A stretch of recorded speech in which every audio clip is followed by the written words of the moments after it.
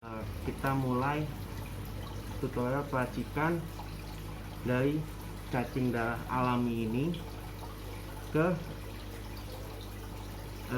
yang akan diracik menjadi cacing darah karopil dan serbuk genom.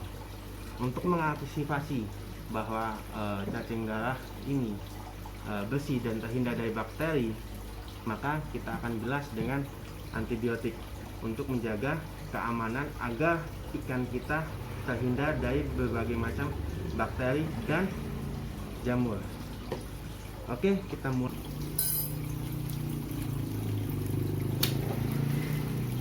Cacing darahnya sudah kita masukkan ke dalam baskom yang berisi air. Lalu kita akan campurkan 5 gram atau 1 sendok teh ke dalam wadah baskom tersebut.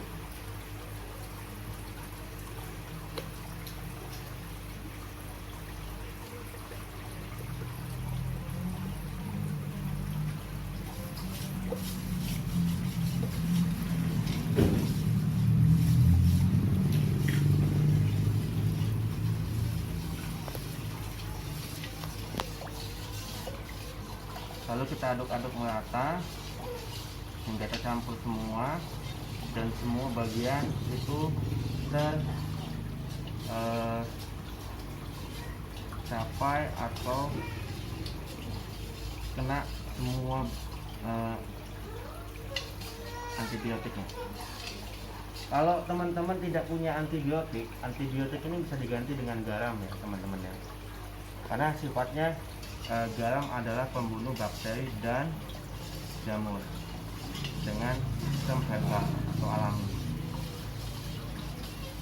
Oke, nah setelah ini teraduk dengan merata, maka kita akan tiriskan, lalu kita akan masukkan ke dalam wadah tersendiri, lalu kita akan campur dengan karopil ataupun serbuk genom.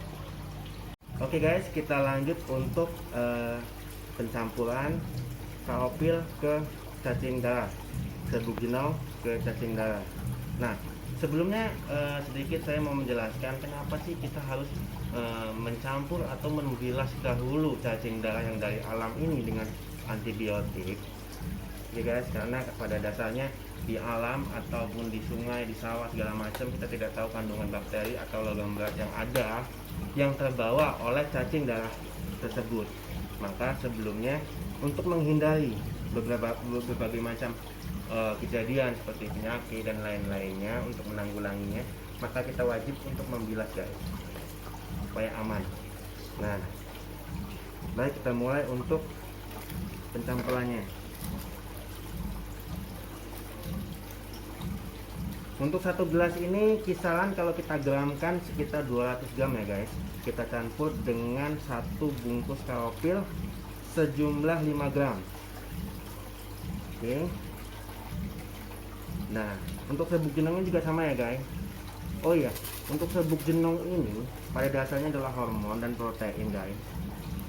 Jadi tidak mesti untuk pembesaran kepala aja guys, tapi bisa juga untuk digunakan pertumbuhan bibit atau gulai ikan guys. Oke. Nah, semua bahan ini kita campur guys satu-satu, lalu kita aduk merata. Oh iya, setelah merata guys, setelah merata seperti ini, maka kita harus diamkan selama 30 menit minimal ya guys, agar terserap dengan sempurna ke dalam pori-pori cacing tersebut.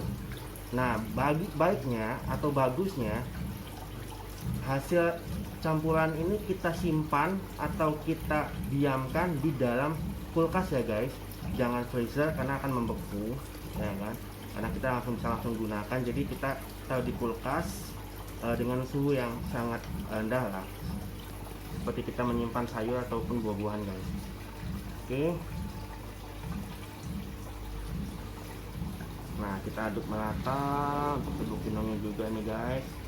Nah, fungsi serbuk genong ini kalau untuk saya di lohan guys, itu untuk body, pembesaran body atau penggemukan dan jenong ya guys.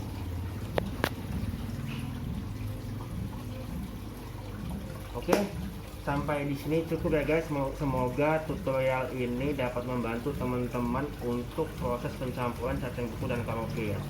Dan takarannya pun semua sudah saya jelaskan ya guys. Untuk bakterinya untuk antibiotiknya 5 gram cukup guys, karena pada dasarnya 5 gram itu sudah cukup tinggi guys untuk membunuh suatu bakteri dan jamur guys. Dan 5 gram untuk 5 gram kaopil 5 gram kaopil ini untuk 200 gram cacing darah ya guys. Ini udah cukup ekstrem banget guys, dan saya jamin ini aman guys, karena saya sudah melakukannya sebelumnya ya kan, dan aman-aman aja dan fine-fine saja gitu kan, dan sehat-sehat saja. Dan untuk serbuk jenongnya pun sama ya guys ya, 5 gram serbuk jenong kita campur dengan 200 gram cacing darah. Oke guys, sampai jumpa di tutorial berikutnya. Terima kasih.